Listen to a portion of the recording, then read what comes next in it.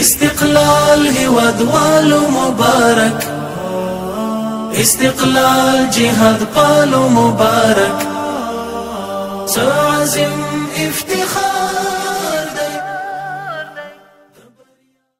بسم الله الرحمن الرحیم.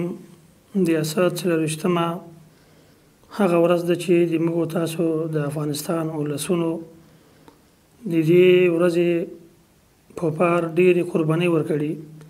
خدای تعالی دې د ټولو مجاهدینو او د دغو ولسونو دا قربانۍ قبول او منظوري وګرځوي.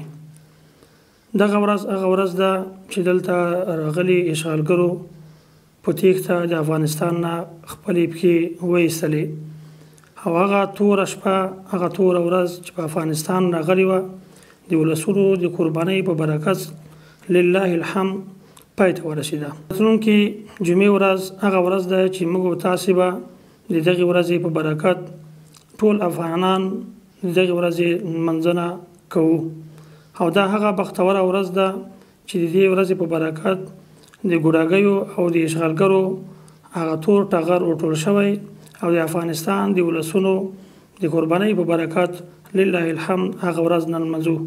موږ د خپله اړخه د دغې ورځې په برکت ټولو ولسونو ته او خاص کر د زابل ولایت ټولو ولسونو ته د دغې ورځې په برکت مبارکي وایو. خدای تعالی دې دغه ورځ ټولو دپاره مبارکه وګرځوي.